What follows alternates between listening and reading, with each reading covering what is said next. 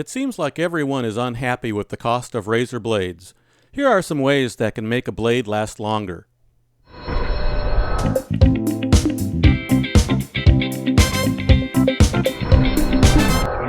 my dear Maxwell, I'm ready to try my experiment on a human. It's horrible, I tell you. Working on the death. Trying to bring back life. It's not natural. First, let's correct a common misconception.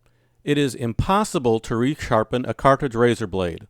Why? Because to truly sharpen a blade, you must have access to both sides of the edge. Even sharpening a double-edged blade would be very difficult because the blade is so thin that keeping the correct angle without flexing the metal would be almost impossible without some kind of machine. Some products play word games with dictionary definitions, but if you ask anyone who sharpens knives or razors for a living, you'll get the truth. Anyway, that's my opinion and I'm sticking to it. But that is not to say that a blade's life cannot be extended. On the contrary, there are a number of strategies and products that can prolong the useful life of a razor blade by slowing down the dulling process. Exactly how much depends on a number of variables, including the metallurgy of the blade, the mineral content of the water used for shaving and cleaning the razor, the type of hair being shaved, and even the ingredients of the lather used to shave. However, in my own research for this video, I was able to at least double the life of my blade using any of the techniques or products I'm about to describe.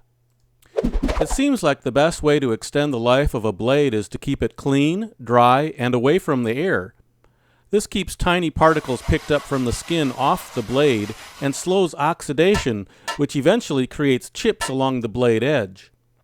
Cleaning and drying actions can be combined by rinsing the razor in hot water, then wiping it in the opposite direction from shaving. I use a dry towel, but I've seen others do it on denim or even the skin of the forearm. Wiping the blade like this is a form of stropping. By the way, stropping is not really sharpening. It's more like polishing off tiny bits of shaving residue from a blade edge and realigning the blade edge somewhat. Of course, in the case of a multi-blade razor, you're only stropping one side, but one side is better than nothing. There are some products that claim to make this cleaning process a little more effective. Razor Pit uses a rubber-like surface to clean the blade edge like a squeegee on a glass window. You use a little leftover lather as a cleaner, running the razor over the surface.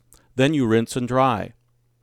Extend-A-Blade is another product that uses a treated material to polish the blade surface, though in this case the blade should be dry before using. Another strategy to slow the oxidizing of the blade is by coating the blades with a thin layer of skin-friendly oil. Mineral oils and cooking oils are commonly used.